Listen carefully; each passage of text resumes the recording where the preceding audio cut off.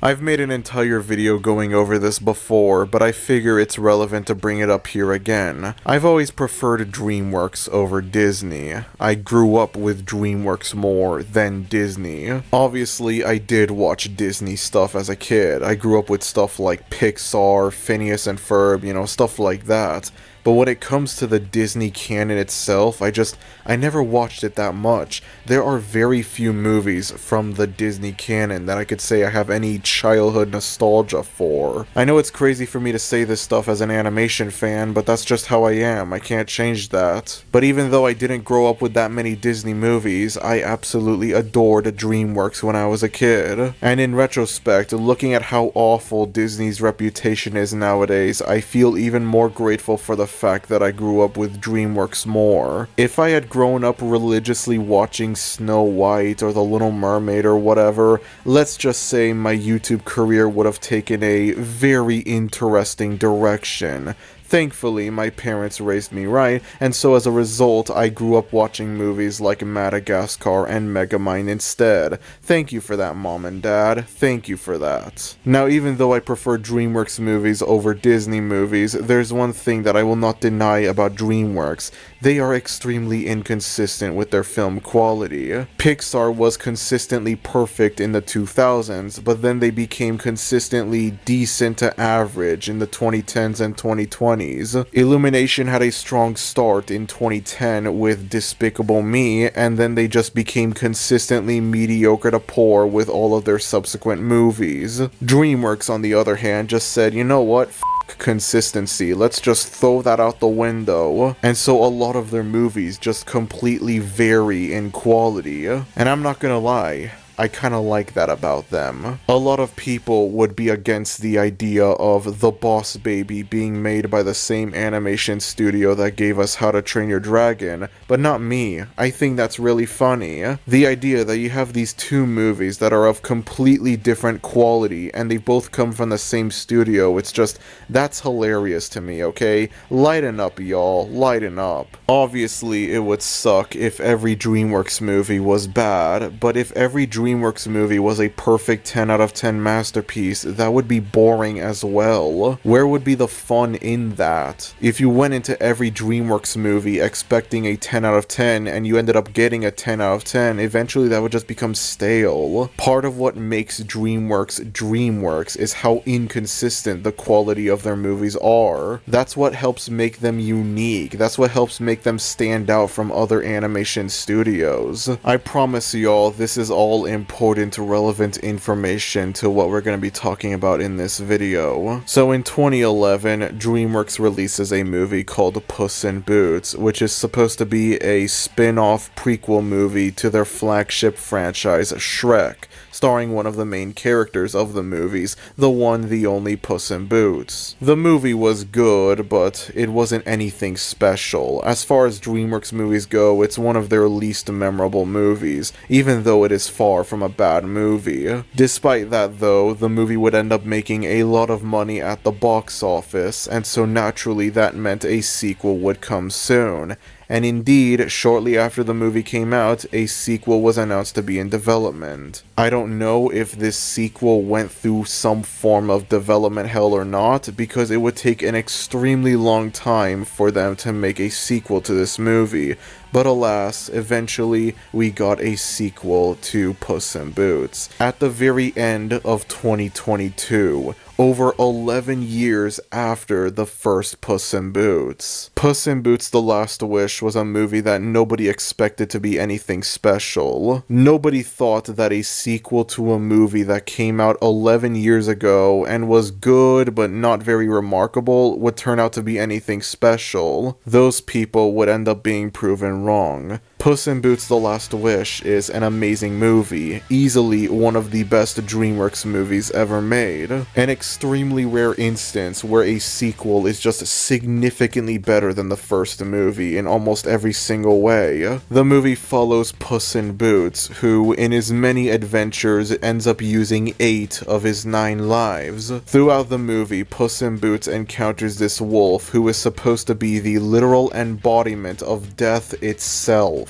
Puss in Boots then learns of a fallen wishing star that would grant the wish of the first person to come across it, and so he sets out on a journey to find the wishing star. Unfortunately, there are several other fairy tale characters that want to find the wishing star as well for their own reasons, with Puss in Boots wanting to find the wishing star so that he could ask for more lives. By the end of the movie, Puss in Boots realizes that he doesn't need the wish that badly. He accepts the fact that he only has one life left, and he learns to make the most out of that one life. Nobody expected this movie to be anything special, and yet it would end up being one of the most critically acclaimed Dreamworks movies ever made. The way the movie handles the themes of life and death, people thought was different. This was something that was never seen before in a Dreamworks movie, in any animated movie for that matter. The unique, colorful, and stylized animation of the movie was also widely acclaimed.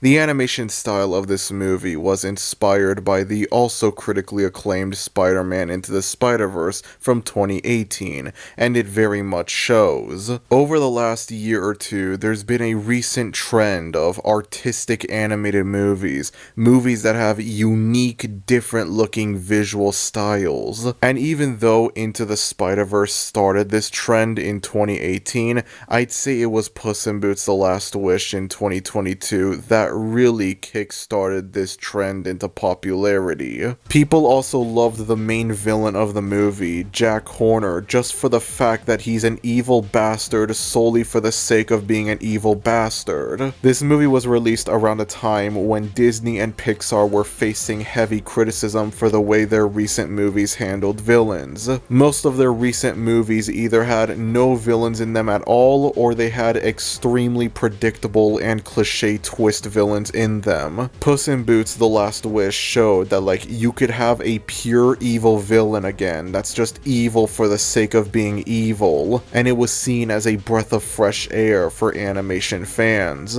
On the topic of Disney and Pixar, people particularly praised Puss in Boots: The Last Wish because of how good it was when compared to the Disney and Pixar movies that came out the same year. Disney and Pixar put out 3 movies in 2022. None of them were particularly well received. Turning Red would have been largely forgotten about if it weren't for a certain YouTuber's video on the movie, and Lightyear and Strange World are just generic, forgettable movies with nothing interesting or special about them. Not to mention the fact that Lightyear and Strange World would both do awful at the box office for a multitude of reasons, mainly because they weren't very good movies, while Turning Red wouldn't even get a theatrical release. It was instead released straight to Disney+. Puss in Boots: The Last Wish, in contrast, would end up becoming a box office success. I'd say it was this movie that kickstarted the backlash between most modern Disney and Pixar animated movies when compared to the animated movies from other animation studios that were coming out in the 2020s. This backlash further escalated with the large amount of live-action remakes Disney had been putting out of their older animated movies. The announcement of a live-action Moana remake, a movie that is still fairly recent in a way, just did nothing but add more fuel to the fire for the Disney backlash. People would start to make memes about how good movies like Spider-Verse and Puss in Boots were when compared to a lot of modern Disney movies. Even the Mario movie from Illumination was briefly a part of this trend. 2022 was seen as this big comeback year for Dreamworks, even though Dreamworks never really left. In addition to Puss in Boots: The Last Wish, earlier into the year they also put out The Bad Guys, which was also widely praised. Not to the same extent as Puss in Boots: The Last Wish, but it was still seen as a strong movie from them nonetheless. Because of how strong these two movies were, especially Puss in Boots: The Last Wish, 2022 was seen as one of Dreamworks' best years. Unfortunately though, this would not carry on over to the following years, much to the cartoon community's dismay. I used to be a part of this crowd that thought oh, Puss in Boots: The Last Wish was amazing. That means all future Dreamworks movies are gonna be amazing, just like Puss in Boots: The Last Wish. And then it didn't take long before I realized, no, that's not gonna happen at all. That's not how it works. It doesn't work like that. that. Unfortunately, even though I got the memo that after Puss in Boots The Last Wish, DreamWorks wouldn't put out more movies that were exactly on the same level of quality, other people did not get that memo. In 2023, DreamWorks put out Ruby Gillman Teenage Kraken and Trolls Band Together.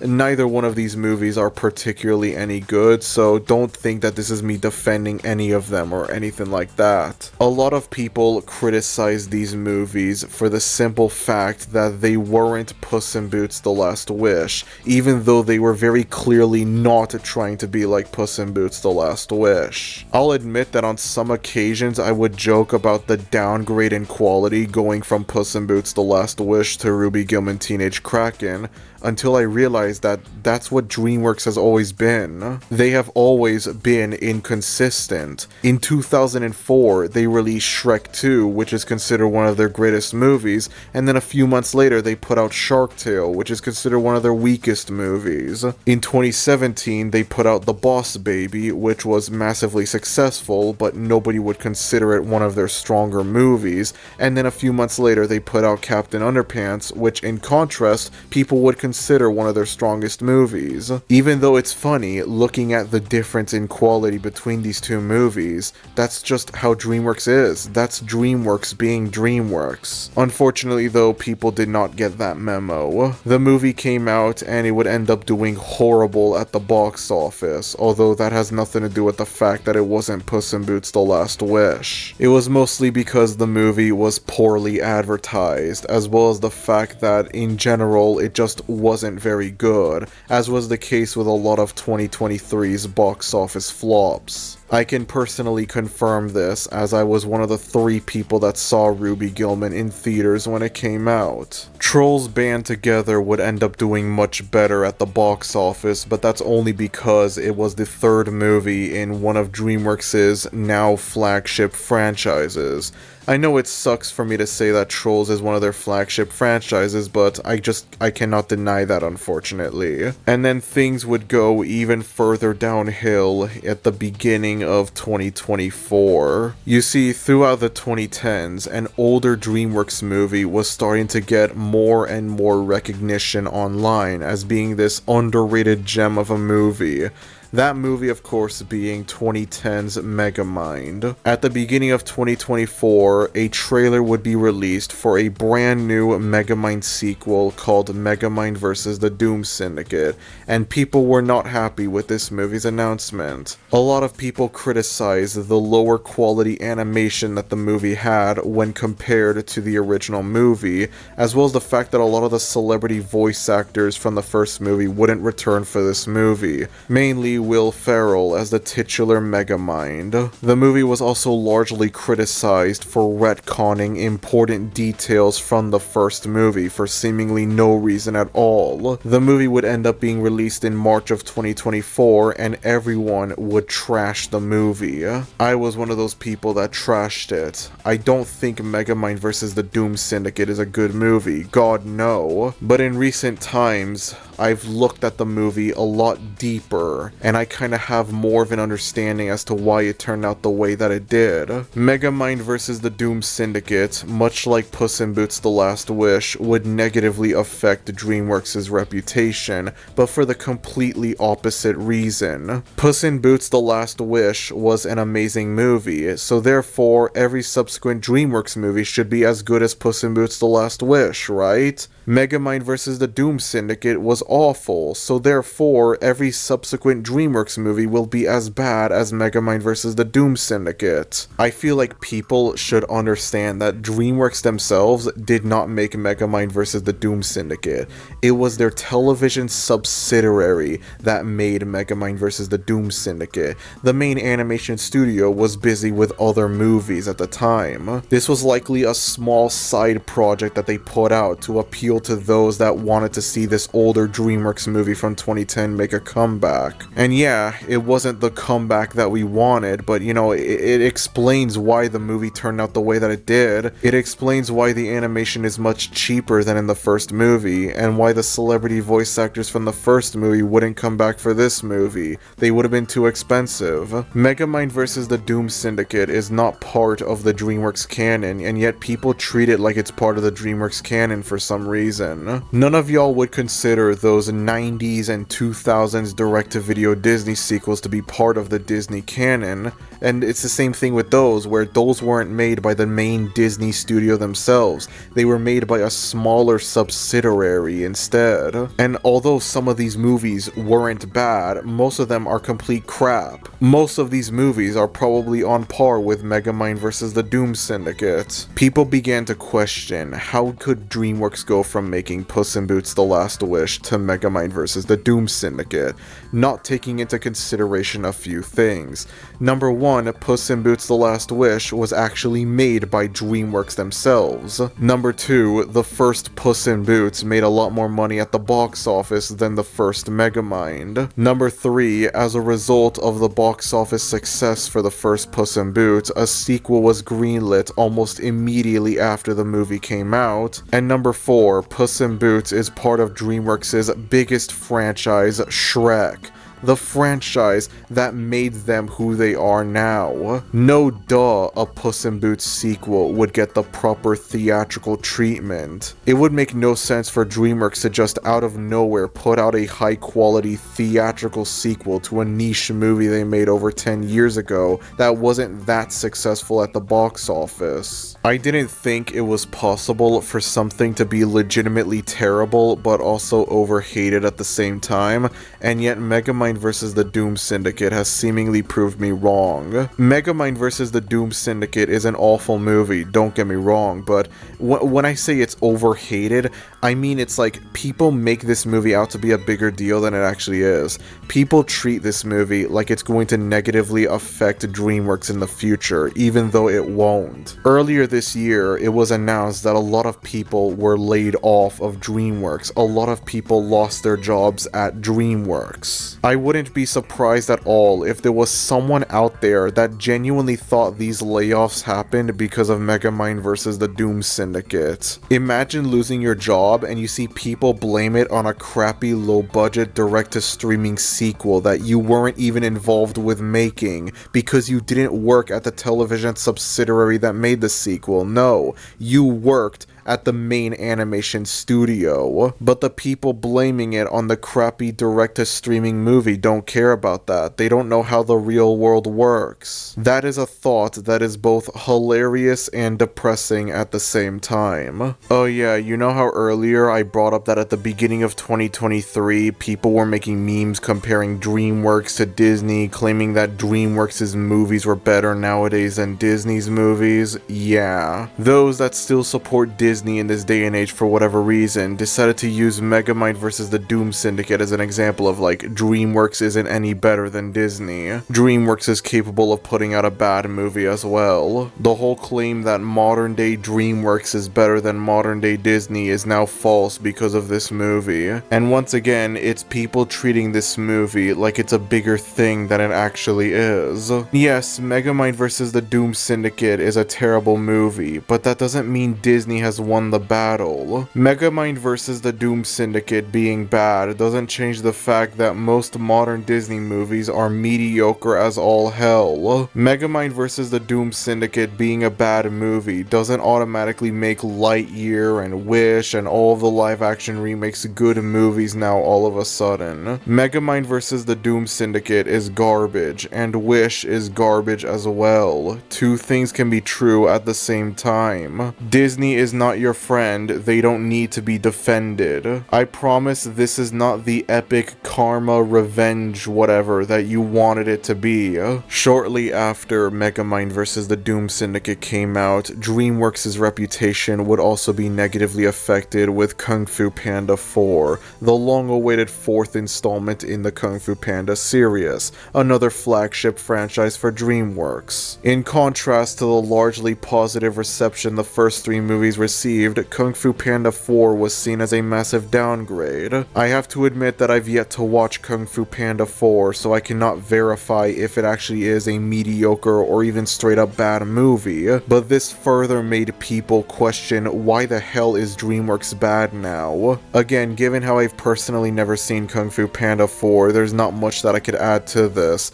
The most that I will say is, what the hell were you expecting from a fourth movie, honestly? Most animated fourth movies aren't really all that good. Ice Age 4, Toy Story 4, Despicable Me 4, Hotel Transylvania 4. None of these movies are all that good, so why the hell would Kung Fu Panda 4 be any good? Ironically enough, I think the best animated fourth movie that we've gotten, and we'll probably ever get, is Shrek Forever After, which is from, surprise surprise, Dreamworks. Dreamworks' next movie, The Wild Robot, is coming out later this month in September, and I think it looks like an absolutely gorgeous movie, but I'm also dreading when it comes out, because I know people will be like, oh, Dreamworks is back, Dreamworks is making peak again, and then whatever the hell they put out after The Wild Robot, people are gonna be like, oh, this sucks, because it's not like The Wild Robot, Dreamworks is gonna die now. People seem to forget that Dreamworks is extremely inconsistent when it comes to the quality of their movies, and that's part of their charm. Again, I gotta remind y'all, these people gave us both The Boss Baby and How to Train Your Dragon. Imagine if, back in 2004, when Shrek 2 came out, people were like, oh my god, this is the best movie ever made, Dreamworks is the GOAT, Dreamworks is peak, this is Kino, whatever. And then a few months later, Dreamworks puts out Shark Tale, and everyone's like, oh no, this is garbage, this is bad, Dreamworks is gonna die now, what happened to Dreamworks? The downfall of Dreamworks, whatever. And then a few months later, Dreamworks puts out Madagascar, and people are like, oh hell yeah, Dreamworks is back again, baby, Dreamworks is peak again. Like, it's so stupid. But that's what people are unironically doing now. I've come across videos that are like, the downfall of Dreamworks, whatever happened to Dreamworks, how to fix Dreamworks, and it's like, bro, they put out, or more accurately, their television subsidiary put out one bad movie to a niche movie from over 10 years ago that the main animation studio put out. That's not gonna make them go bankrupt or anything like that. Relax. Again, you gotta remember the layoffs. I feel like the layoffs are a much bigger concern that we should be having, but again, I'm pretty sure there are people that unironically think the layoffs happened because of Megamind 2. And I guarantee you none of this would be happening if it weren't for how good Puss in Boots: The Last Wish was.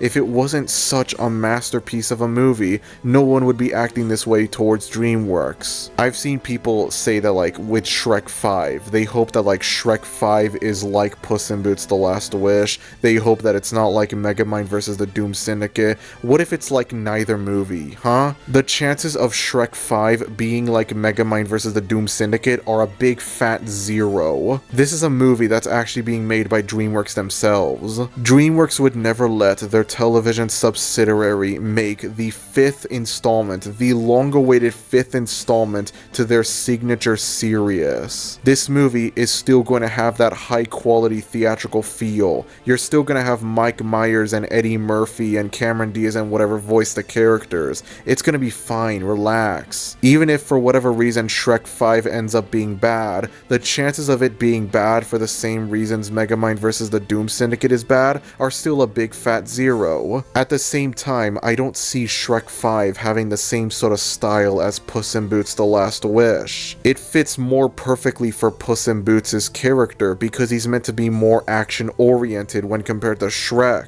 It just wouldn't feel as fitting for Shrek himself as it does for Puss in Boots. Oh yeah, and one more thing. No, Dreamworks' future movies are not going to be like Megamind vs. the Doom Syndicate. You can relax, okay? The chances of them making another movie like Megamind vs. the Doom Syndicate are again a big fat 0. Megamind vs. the Doom Syndicate was just a one-time experiment and that's it, never to be repeated again. If we ever get like Madagascar 4 or whatever, it'll be as good as the first 3 movies. It will have the same high quality as the first 3 movies. God, I'm not even gonna lie, between Puss in Boots: The Last Wish and Megamind vs. the Doom Syndicate, it both ruining DreamWorks' reputation for two different reasons, I am very much not looking forward to the How to Train Your Dragon remake that's coming out next year. Good god. Don't worry though, the moment a trailer for this remake drops, I'm making a video going over why we shouldn't worry about it at all. Perhaps the thing that confuses me about this whole situation is the way that people handle Puss in Boots: The Last Wish when compared to how they handled Spider-Man Into the Spider-Verse, aka the movie that inspired Puss in Boots to be the way that it is. Let me explain what I mean by that. Spider-Man Into the Spider-Verse was released at the very end of 2018 by Sony Pictures Animation, who prior to that had a fairly bad reputation within the animation community, hitting a particularly low point in 2017 with the infamous Emoji Movie, which would make them into the butt of many jokes within the animation community. Until the following year, 2018, you have Spider-Man Into the Spider-Verse coming out, and it might seem crazy to think this now, but there was no pre-release hype for this movie. Just like with Puss in Boots 2, no one expected this movie to be anything amazing. There wasn't much pre-release hype for a Spider-Man animated movie from the same people that gave us the Emoji Movie. And yet, against all odds, the movie ended up subverting our expectations. Overnight, Sony Animation's reputation would do a complete 180 because of this movie. In the span of only 1 year, Sony Animation went from making a complete joke of an animated movie to making what is easily the most important animated movie in recent times. A movie that would unintentionally change the way that animated movies would be made going forward into the 2020s. And yet, despite all of this, what made Into the Spider-Verse different from Puss in Boots: The Last Wish was that, yes, Into the Spider-Verse did save Sony's reputation, but it didn't unintentionally ruin it either, like Puss in Boots did. The next movie that Sony Animation would put out after Into the Spider-Verse was f***ing Angry Birds 2 of all things. And I don't think there's anyone that would say it was a particularly great movie or anything like that, but nobody complained that, oh, it wasn't Spider-Verse, so that means it's bad, Sony Animation is dead. There was nothing like that at all. People understood and accepted that yes, Into the Spider-Verse was a masterpiece, but that didn't mean that every subsequent Sony animated movie would be a masterpiece just like Into the Spider-Verse. People had expectations, they had standards. I'd say the same thing could also apply to the Mario movie from Illumination. When the first trailer for this thing dropped, people were surprised by how good this movie looked for Illumination standards. People thought that Illumination was cooking with this movie. We could get the first good Illumination movie in a very long time, since the original Despicable Me from 2010. And then the final movie came out. It was an absolute monster at the box office. It got mixed reviews from critics, but it got better reviews from fans of the games and casual audiences in general. And then immediately after, Illumination would put out Migration and Despicable Me 4, and just like that, it was back to the same standard Illumination fare that we all know. And yet no one complained at all. No one had a problem with this at all.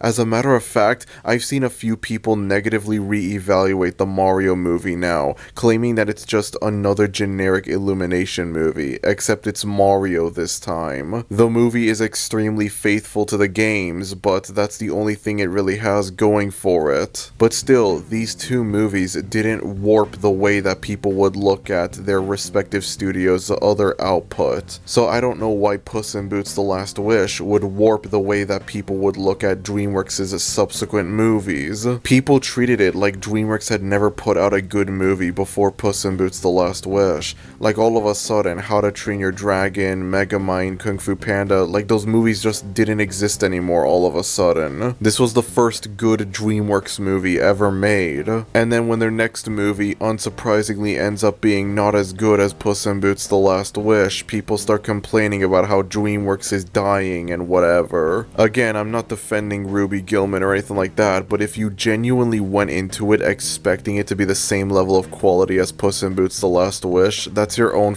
fault, okay? That's not DreamWorks' fault at all. I understand that DreamWorks has a far better reputation than both Sony Pictures Animation and Illumination, but then that makes it make even less sense then as to why people think, oh, Puss in Boots was good, that means every DreamWorks movie is gonna be good, just like Puss in Boots. If this is the kind of mentality that people will have with future Spider-Verse inspired animated movies, then I kinda don't want any more to be made. The animation is cinema movement has already turned into enough of a joke, and yet somehow, just somehow, it keeps finding new ways to become even more of a joke. Yes, Puss in Boots: The Last Wish was an amazing movie.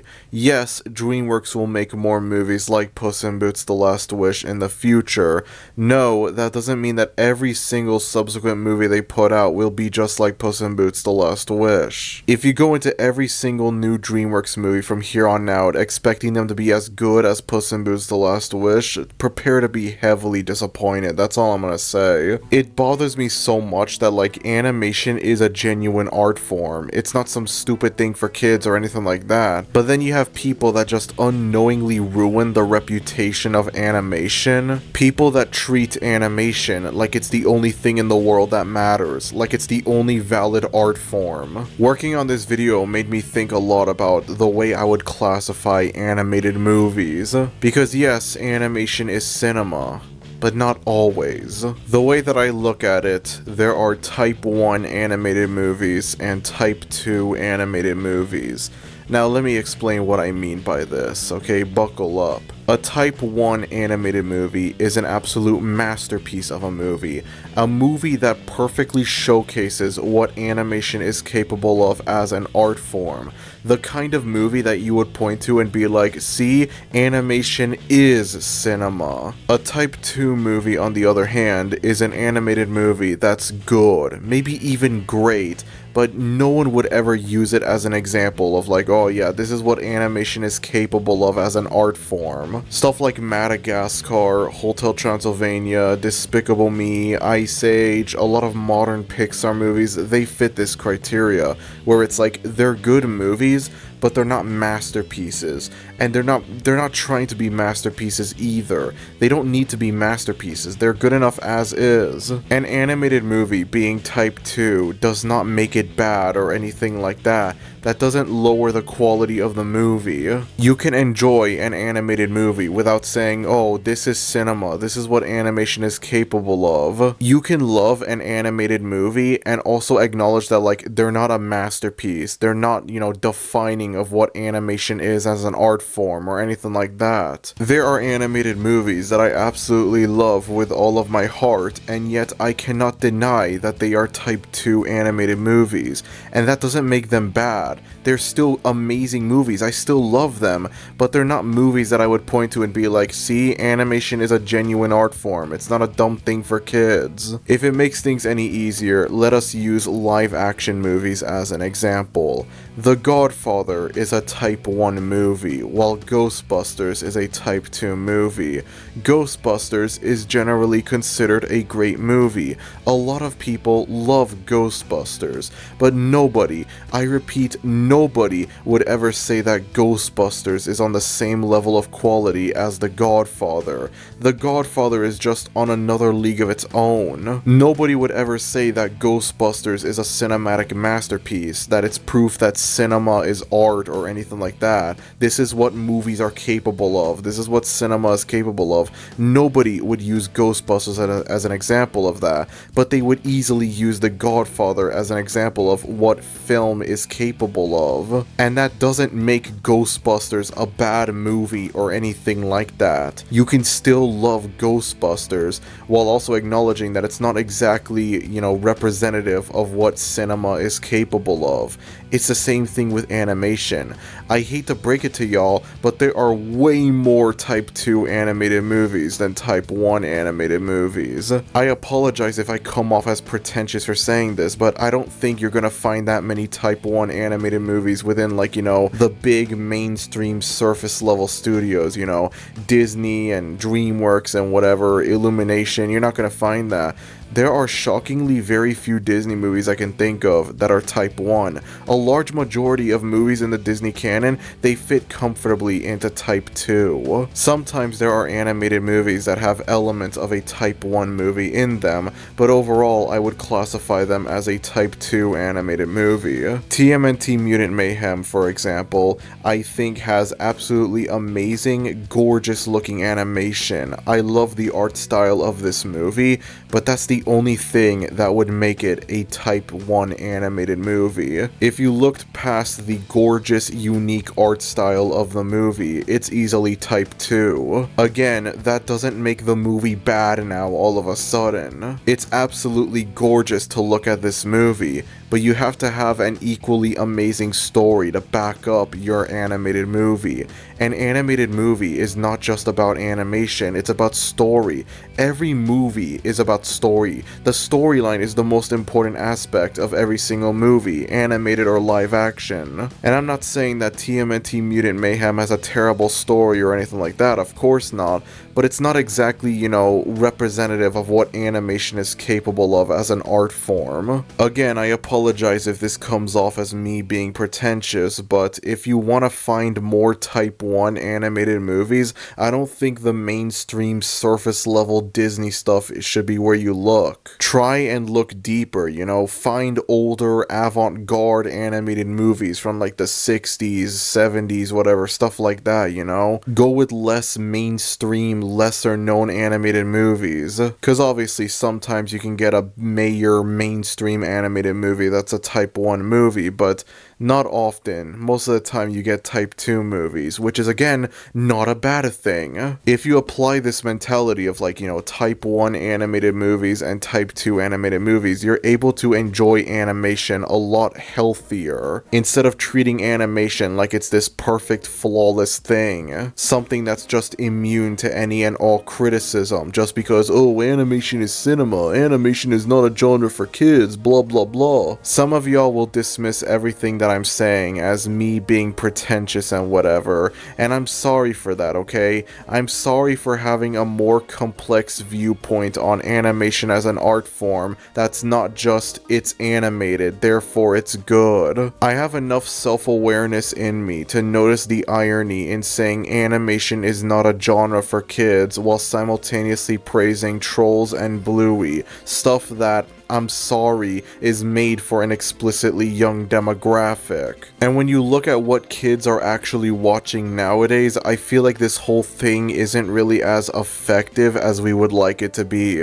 Animation is not a genre for kids, but when you look at what kids are watching nowadays, I kinda wish it was. Saying animation is not a genre for kids probably would have been a lot more powerful and impactful back in the 2010s, but now in 2024 just feels redundant because kids don't even watch animation. They don't watch cartoons or anything like that. The only sort of animation that kids watch nowadays is Skibbity Toilet. There is not a single kid that's part of Gen Alpha that watches SpongeBob, that watches Disney, that watches anything like that. I'm sorry, but I would gladly sacrifice the reputation of an entire art form if it meant that kids today could grow up with normal, healthier content and not whatever the hell this is supposed to be.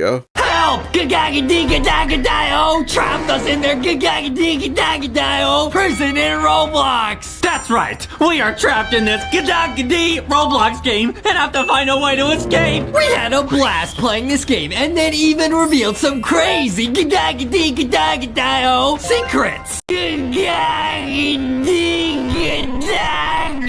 Animation is cinema. I want to make a separate video going into further detail about this, but I refuse to ever watch Bluey. And now I have nothing against Bluey itself. I'm sure Bluey is this amazing, adorable, wholesome show with great messages and all that, but I can never watch it because number one, I'm not a dad, number two, I'm not 3 years old, and number three, I get reminded of the largely adult fan base that Bluey has. I come across people saying that like, oh, I'm 20 years old and Bluey made me cry. The Sign is an emotional episode or whatever. And I would be fine with that. I wouldn't have a problem with the mostly adult fan base that Bluey has if it weren't for the fact that Bluey's actual target audience is watching f***ing Sniper Wolf instead. Lanky Box, that's what they're watching.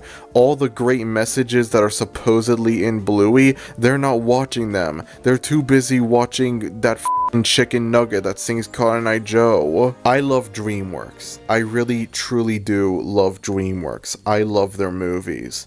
But a large majority of their movies are Type 2 movies. Only a select few Dreamworks movies I would consider Type 1. And don't worry, Puss in Boots: The Last Wish is among those Type 1 animated movies. Sometimes I end up not liking a piece of media, not because it's bad itself, but because of the impact it ends up having. And I really do not want that to happen with Puss in Boots: The Last Wish. I don't want to change my mind and be like, oh, this movie's overrated, I hate it, it sucks, just because it's given people this warped perception of Dreamworks, that like every movie has to be perfect, just like Puss in Boots: The Last Wish. I love this movie. I think it's an amazing movie. It's easily one of Dreamworks' best movies, but not all of their movies going forward will be like Puss in Boots: The Last Wish. As a matter of fact, if every single subsequent Dreamworks movie was like Puss in Boots: The Last Wish, it would get extremely boring, extremely quickly.